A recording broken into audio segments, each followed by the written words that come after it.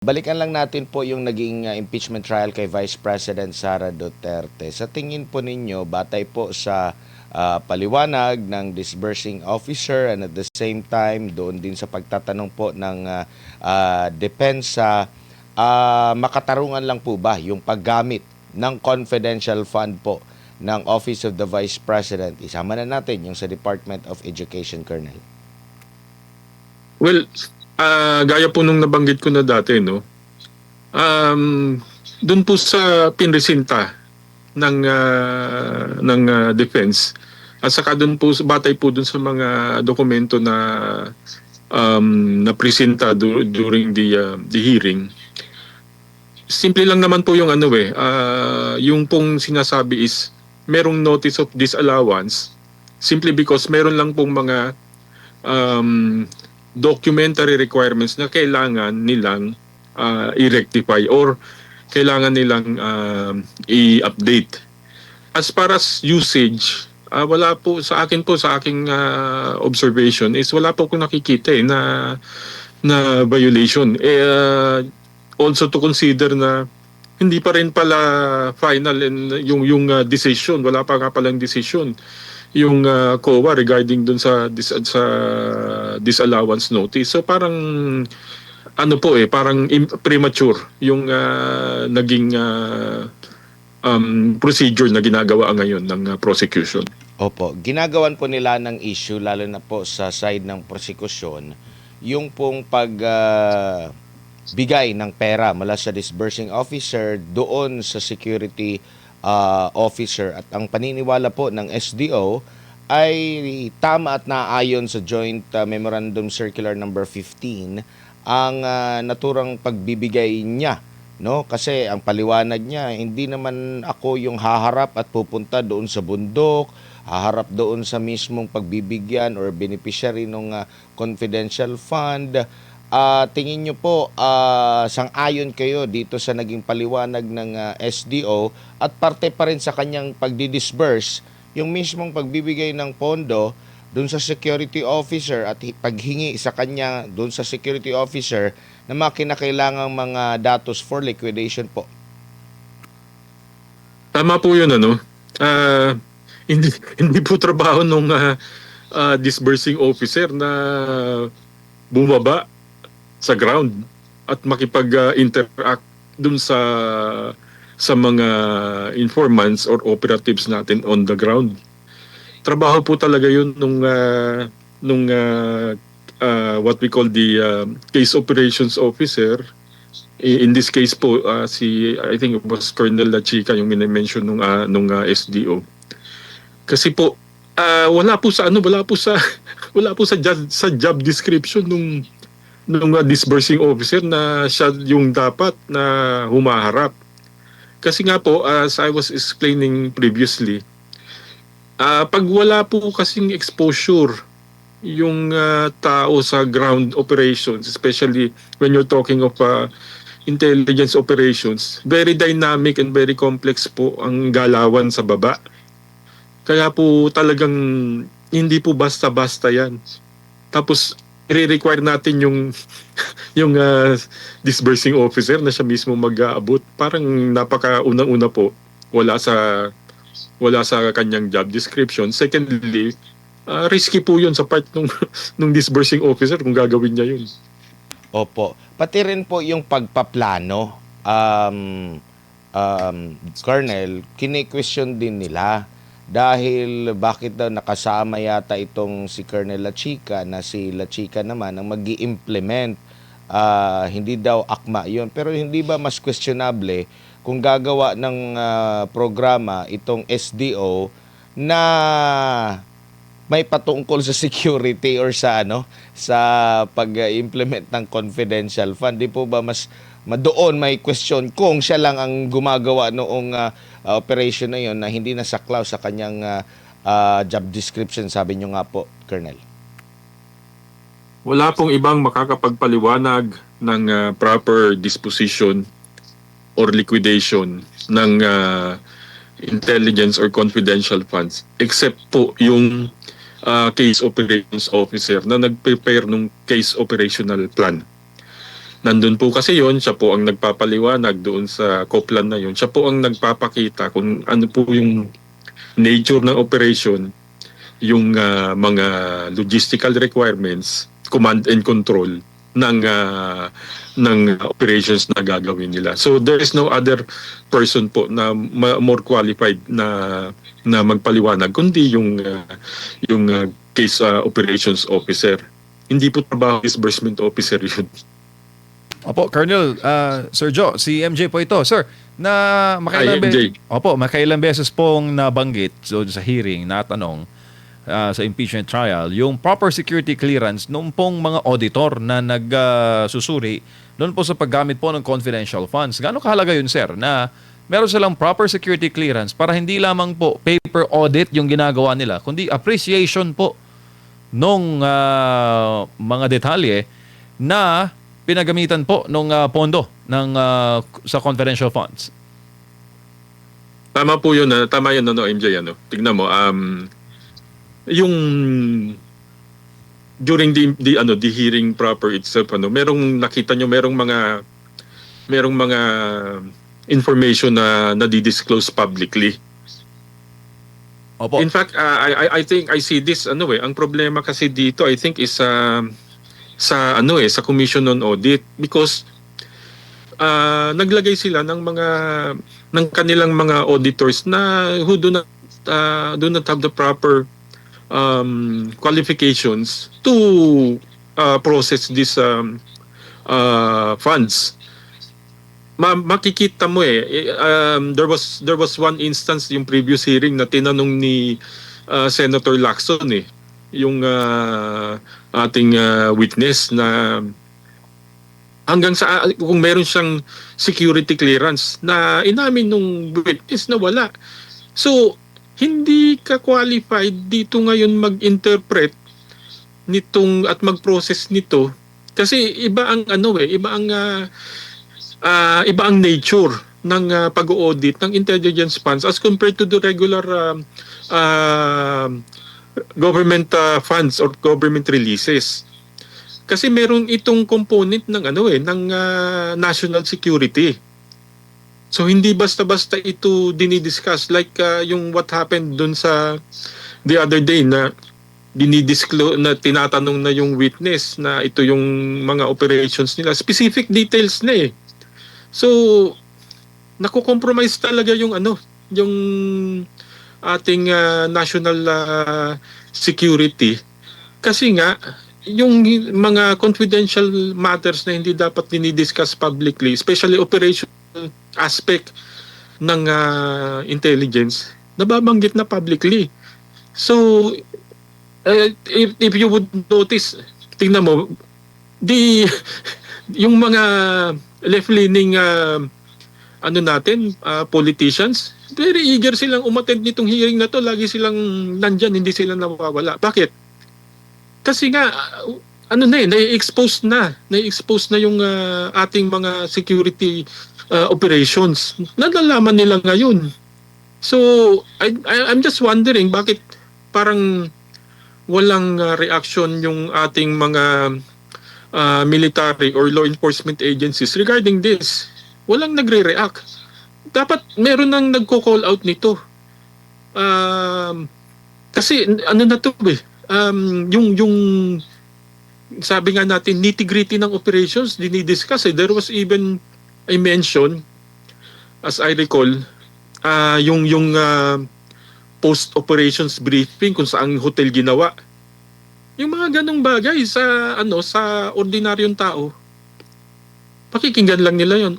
Dan pala Pero sa mga kalaban ng Estado, napakalaking bagay nun kasi you are disclosing. Na-establish na nila, napapattern na nila ngayon yung mga operational natin ng mga security people natin.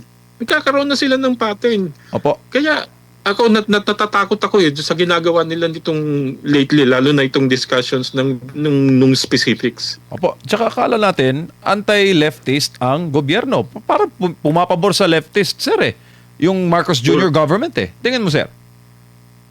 Nagulat niya ako nung kahapon ba yun na nakita ko yung isang convicted na politician nakaupo pa dun sa Sa likod. gallery. Sa gallery. Pulang-pula pa eh. 'Di ba? Sabi ko nga yun dyan sa video yan, kikita doon sa video ngayon eh. Parang I don't know what's the issue with our government now, na parang very lenient tayo doon sa alam natin na kumakalaban sa estado. Nakakatakot sa totoo lang. Opo. So, pag walang sita, means may cooperation. Sir Joe, walang sita eh. Okay Well, lang eh. Your guess is as good as mine. Opo, lalo pat, may tanong dito, actually, tinatanong ni Ma'am Malu Tikia, Professor Tikia, 6 days ago, sabi niya sa kanyang post sa Facebook, to the intelligence community of the Philippines, are you not alarmed by the impeachment trial on the presentation of protective ops work? You okay with that? With a question mark. Correct. Kasi nga, na-expose na eh, yung mga step by step o yung proseso na paano natin kinakandak yung ating mga surveillance, counter-surveillance operations against enemies of the state. Nababasa na. So, pag hindi ito nagkaroon ng intervention from the government security forces themselves, I don't know what will happen to us in the near future. Nakakatakot. Opo, mabuti na lang at may mga mga retired officers na nagsasalita kagaya po ninyo na nagpo-point out sa kahalagahan po ng isyung ito. Dagdag pa nito, sir. Actually, kalawang sunod na ito ngayong taon na malaking issue po sa school campus. Ano tingin mo doon, sir? Mali ba noong si VP ay naghingi ng confidential funds o binigyan ng confidential funds sa DepEd na gamitin ang pondo sa ganoon pong nature, lalo pat may mga resulta na po ng karahasan sa mga campus na supposed to be a safe zone sa mga estudyante? Yes, itong mga latest I think this is na talaga trend na ngayon sa mga kabataan natin na siguro influensya rin ng, aside from social media, itong mga nauuso ngayon ng mga games online na medyo talagang violent. Now, as far as the intelligence funds is concerned dun sa DepEd, as I understand it, kaya yan na ginawa ni Vice President Duterte is precisely because ang iniiwasan nga natin, ang ating kina-counter dyan is yung radicalization ng ating mga kabataan. During my time kasi, when I was still in the service, meron ng mga nangyayari na teach-ins or indoctrination as young as elementary students. Slowly, ini-expose na nila yung mga bata sa mga social ills, issues affecting our nation. Pero sinisimula nila yan dun sa locality. Ano yung mga issues sa locality? Tinitignan nila yung extreme poverty, yan, ini-exploit nila yung mga ganyan. Bakit naghihirap yung mga tao? Tapos bibigyan nila ng justification niya na papasok na nila yung political issues. Pagdating ng high school niyan, diyan na yung other aspects ng social ills natin. Hanggang dumating dun sa college level or sa tertiary education na meron na silang tinatawag natin na mga exposure, meron na silang mga activities outside the school na dinadala nila itong mga bata na ito, pinapa-experience nila, pinaparanas nila doon sa mga bata para ma-inculcate sa isip ng mga bata yung kanilang doktrina at ni-radicalize nila ito. Kaya kung mapapansin nyo, every time merong mga mass actions, tingnan nyo kung gaano ka yung sabi nga natin yung kapusok, yung damdamin ng mga kabataan natin during rallies and demonstrations. Kasi na-radicalize na sila. Hindi lang sila we call it pagkaano influence na eh. Hindi lang simple infiltration. When you say an area or an organization is influence, almost 100% ito na brainwash na nila. Opo. Speaking of brainwash, Attorney Colonel, gaano po kadelikado na mismo yung gobyerno natin ay unti-unti nang napapasok nitong CPP, NPA, NDF at nagkakaroon na ng tinatawag ng mga dating taga CPP, NPA, NDF na tactical alliance po, no? Lalo na kung meron silang common enemy sa katauhan po ng mga Duterte, gaano ka delikado ito sa atin pong gobyerno sa kabuuan at ano po ang magagawa ni Ordinaryong Juan de la Cruz para ito po ay maagapan o mapigilan po, Colonel? Well, we have to remember nakailang peace talks na tayo, nakailang negotiations na tayo na instead na makita natin yung genuine na recovery at saka yung reconciliation natin dito sa mga armadong grupo na ito ng CPP, NPA, NDF. Hindi nangyayari eh. In fact, during the time of then former President Rodrigo Duterte, di ba ma-recall natin, kinuha pa nga niya sa cabinet yung mga identified natin na member nung mga left-leaning groups. Yung isa ginawa niyang, I think it was secretary ng DAR. And then we have yung isa, yung sa DepEd. Pero despite those efforts of the former president, nakikita natin na parang wala silang satisfaction. So, dito makikita nyo talaga at maobserbahan ng isang ordinaryong tao, hindi sila after ng reconciliation. Hindi sila after sa peace. What they want really is to overthrow the government and put in their system. Yun ang nakakatakot dito eh.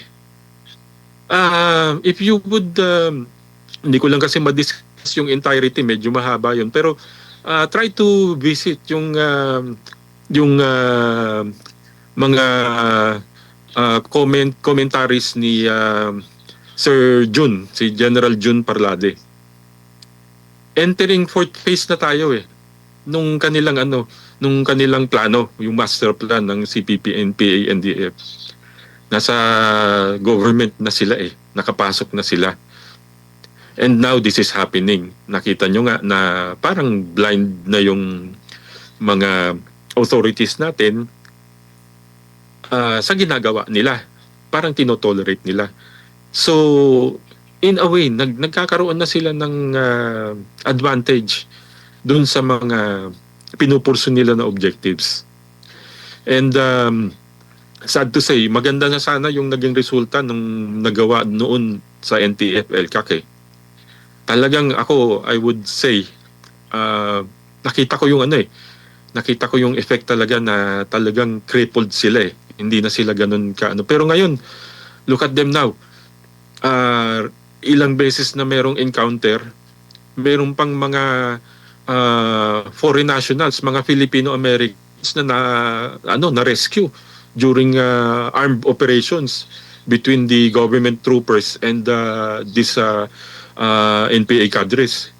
So, makikita nyo yung extent na parang nasasayangan ako dun sa naging effort ng NTF-ELCAC before.